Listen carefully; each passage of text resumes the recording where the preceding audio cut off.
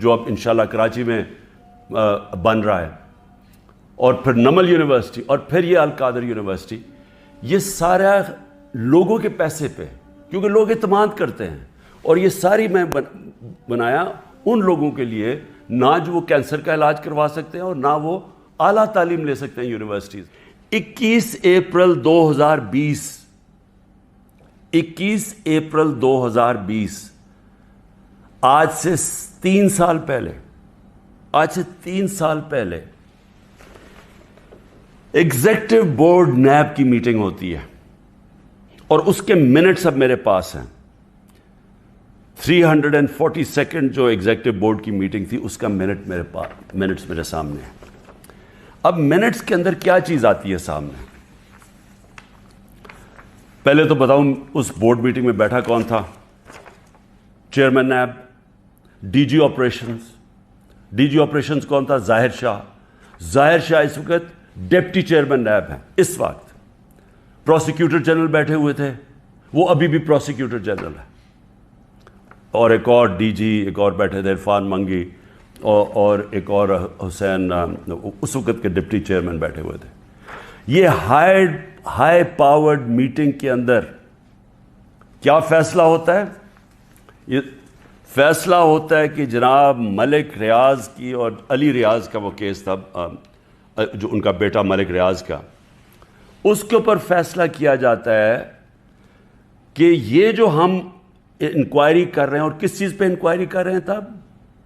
یہی جو ملک ریاض کا جو ڈیل ہوئی تھی این سی اے کے ساتھ، یہ جو پیسہ آیا تھا، جو انہوں نے کہا کہ میں نے، کیونکہ القادر اس نے ملک ریاض نے سپانسر کی تھی، اس لیے میں نے اس کو فائدہ کروایا تھا. اب یہ سوچ لیں کہ 3 سال پہلے نیب کے اندر یہ انکوائری شروع ہوئی،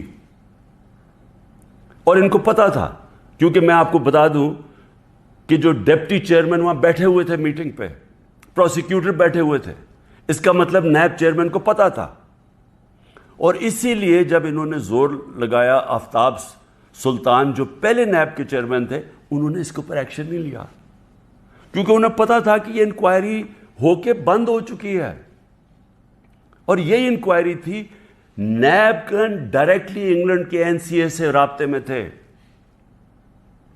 اور انہوں نے این سی اے نے جو ان کے ساتھ جو ساری جو انڈرسٹینڈنگ ہوئی، وہ یہ منٹس کے اندر ہے.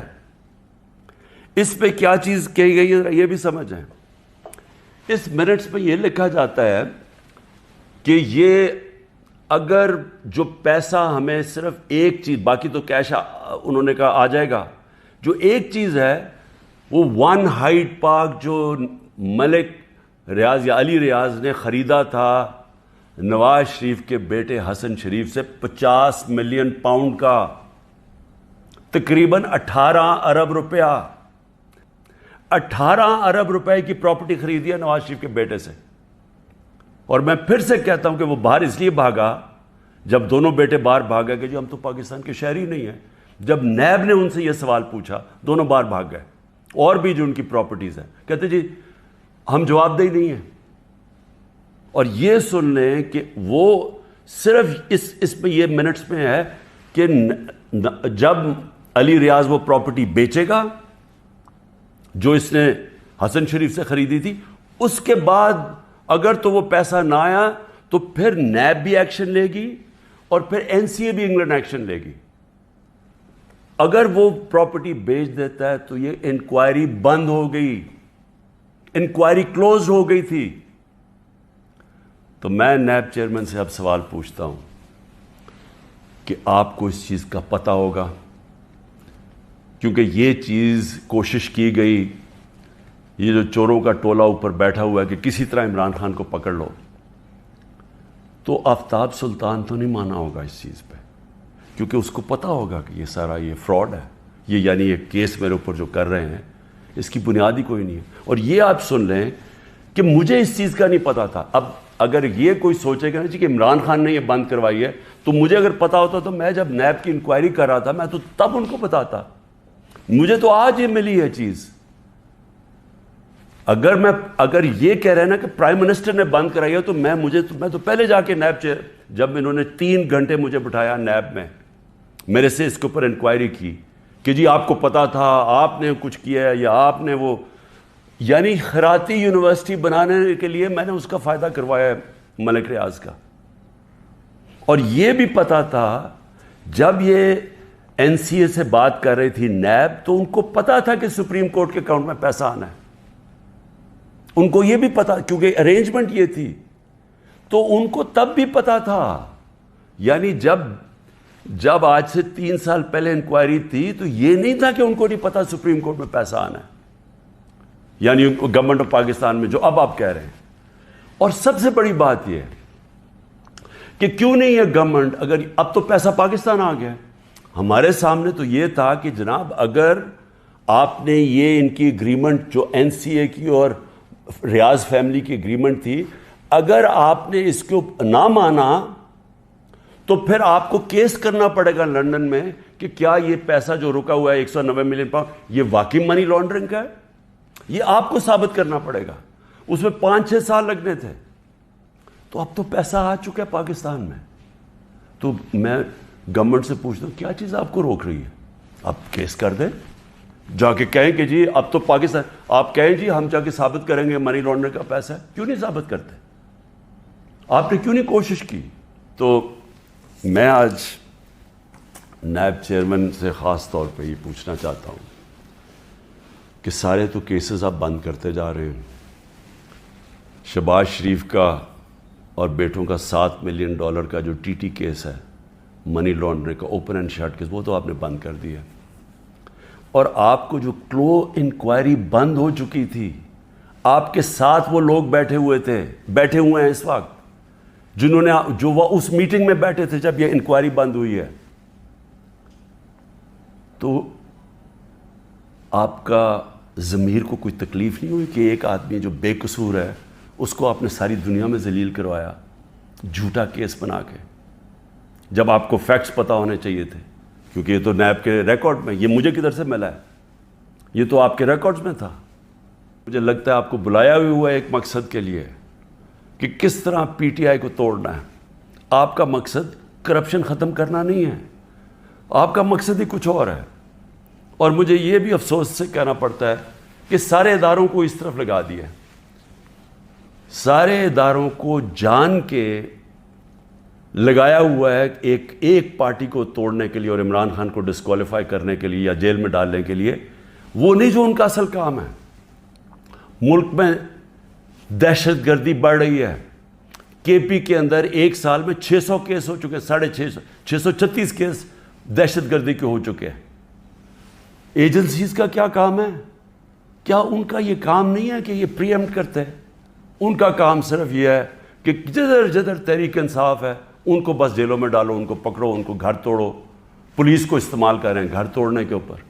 ان کے گھر توڑو، ان کی بزنسز بند کرو، جدھر بھی ہیں کہ کسی نہ کسی طرح جو ملک کی سب سے بڑی جماعت ہے اس کو ختم کیا جائے. میں پھر سے اللہ کا شکر ادا کرتا ہوں، سچ کا خدا ہے کہ یہ جو منٹ سامنے آئے ہیں یہ القادر کے اوپر، یہ جو القادر کا کیس سارا ہے، میں شکر ادا کرتا ہوں کہ ساری قوم کے سامنے ایکسپوز ہو گیا. پاکستان زندہ باد.